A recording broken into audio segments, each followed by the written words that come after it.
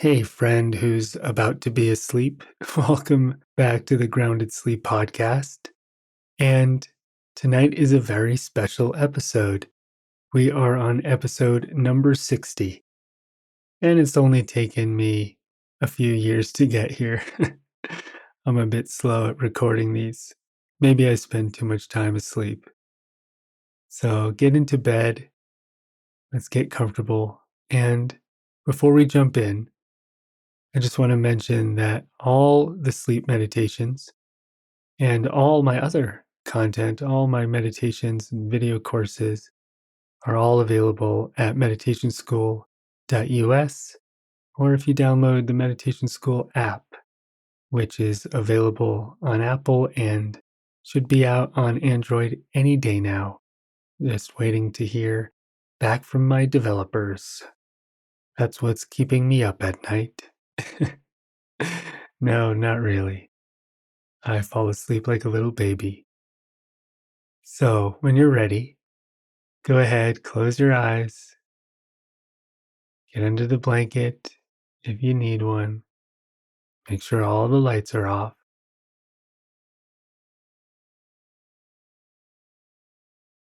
And in tonight's episode, I want to share a bit about some more travel I just did and some teaching in Spain. So, let's take a little journey down story lane with David.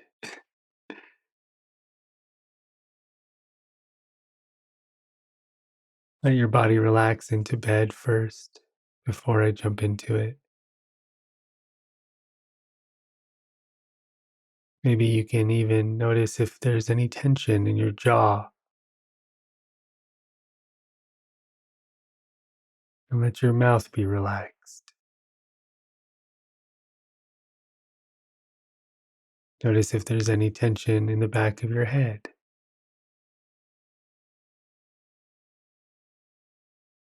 or in your shoulders or your hands. And every time you take a deep breath in and then a soft sigh out, just let each of those areas begin to relax a bit deeper.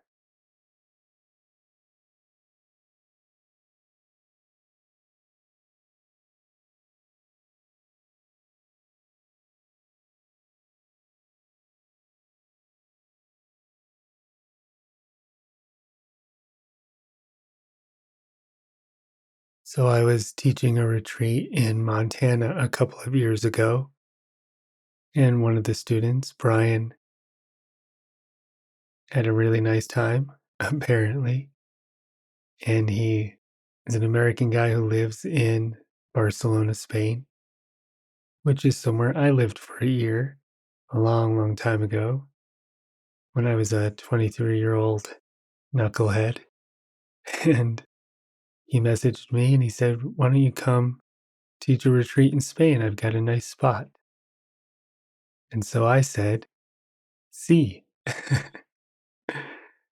And I called my buddy Scott Stabile, who's a wonderful author and has guest hosted episodes of the Sleep Podcast. And shout out to Scott, who has a new book coming out called Enough as You Are. And I asked Scott to teach this retreat with me, and he said, yeah. And so off to Spain we went. That's the short version of how it unfolded. And we had a beautiful group of people in Spain. And lucky for me, there was a wonderful piano I got to mess around on. And it was out in the mountains near a place called Montserrat. It's an incredible rock formation with a monastery on top. And as a group, we took a cable cart up all the way to the top, which was a bit scary if you don't like heights. And we went into the church and saw a statue called the Black Madonna, We did some hiking around the rocks. We ate some good gelato. We sat and meditated for a while in the church.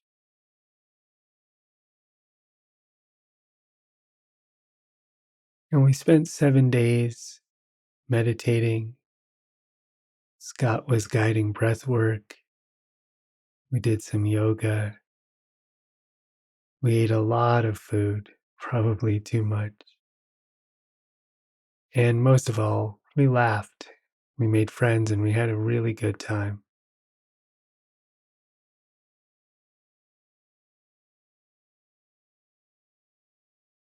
And on this retreat, just like on all the retreats I teach, I really try to create a space for everyone to have their own experience. Some people are there to cry. Some people are there to laugh. Some people are there to heal. And some are there for all of the above.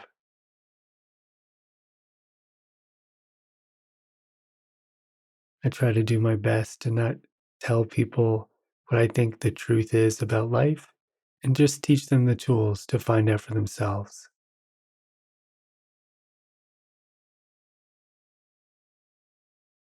And I hadn't been back to Spain since I lived there when I was 23, 22 and 23.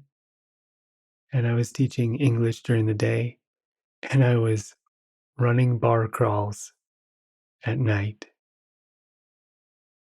I took people bar to bar to bar and then dancing at the end of the night.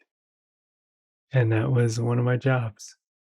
I don't think I ever really drank much alcohol again since that year. And there's something very special about Spain: the energy, the people, the food, the siesta. There's a kind of relaxed energy that I noticed more of than I'm used to, almost a laid back energy. And of course, Spain is a big, diverse country. In Barcelona, they speak Catalan. Then you have an area, San Sebastian, where they have their own ancient language. You've got, as you move through Spain, so many cultures, so much history. You can go to the south to Sevilla and notice where the Moors came and had an effect on the culture. After the retreat, Scott and I went and spent a few days on Menorca, which is an island east of Barcelona, and it's next to another island called Majorca. And I didn't realize, but Menorca has a deep, deep, rich history. And it also has a tough history. It's been invaded and conquered by the Greeks and the Romans, and on through the millennia, finally by the Spaniards. But the beaches are pristine, the food is amazing, the people are nice. It was a really good way to relax a bit after teaching for 7 days.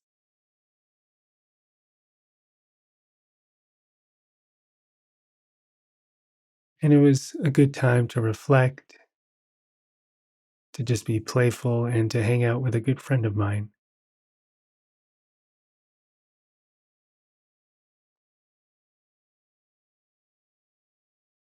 And as I go on and on with my story, let yourself just start to melt into bed.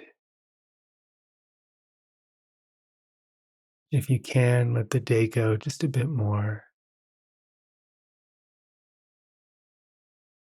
I would love for you to have a really peaceful, gentle, relaxing sleep.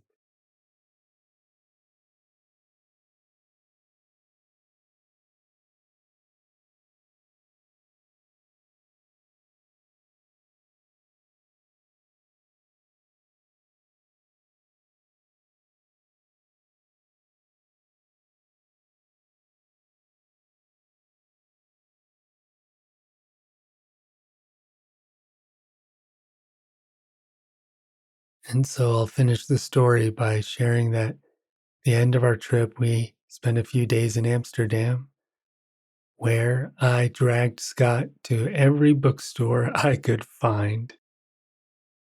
And we went into this last bookstore, and I was asking the guy who owned the store if he had some antique books. And boy, did he ever. In fact, he had the entire original collection of one of my favorite philosophers, Jean Jacques Rousseau. And Rousseau was a philosopher in the 18th century, and some might argue we might not have the French Revolution and American democracy and all the democracies around the world without his philosophy. And my favorite work by him is the discourse on the origins of inequality. Anyway, he had the entire life works of Rousseau from the 1700s, and he gave it to me for an incredibly reasonable price. And I was so elated, so nerdy, so elated. I can't even read them because they're in French, all the books. Maybe one day I'll learn, but I'm just so happy to have them. And I'm going to do my very best to keep them safe so they can continue on.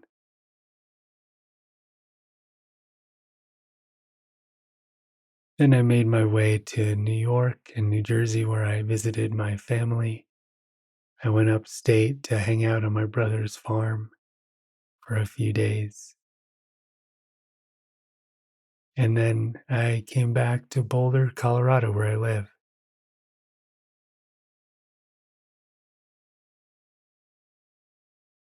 And I love traveling so much. Feel so lucky to be able to get to travel and see the world. And I also love coming home to my bed and to my office where I can record, and to my friends, and to the mountains. I think we all have a favorite terrain, and mine is definitely the mountains.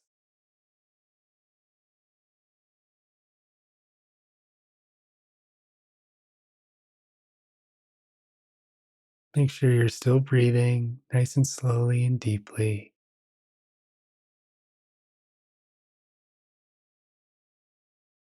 Let yourself start to fade off into the night.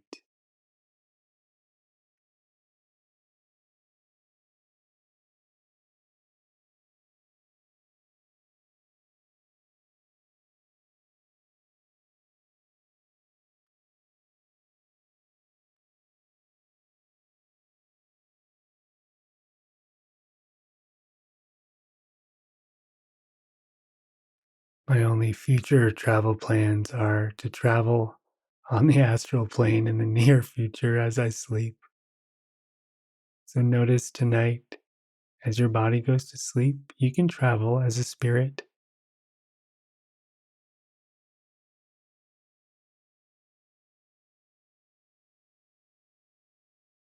I was teaching a class this week and I mentioned that every night when we fall asleep, in a sense, we disincarnate. And every morning when we wake up, we reincarnate.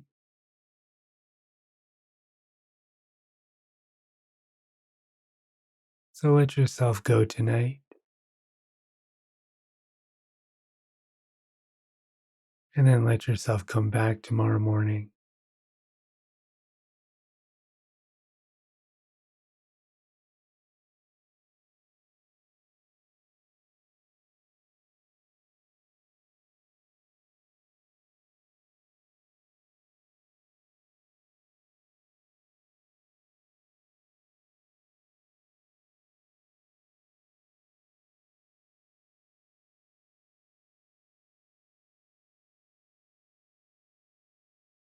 Let that breathing get slower and deeper,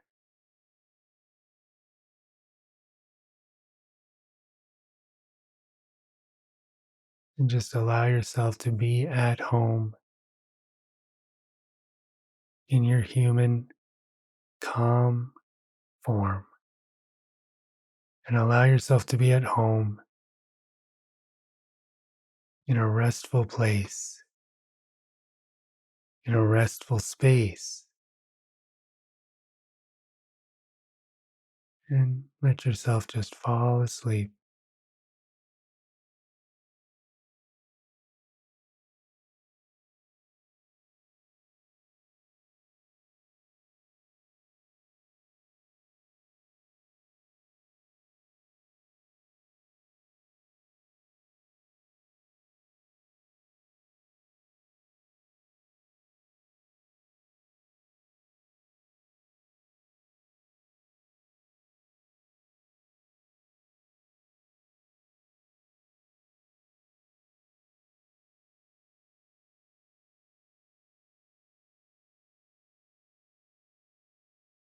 Get a really, really good night's rest,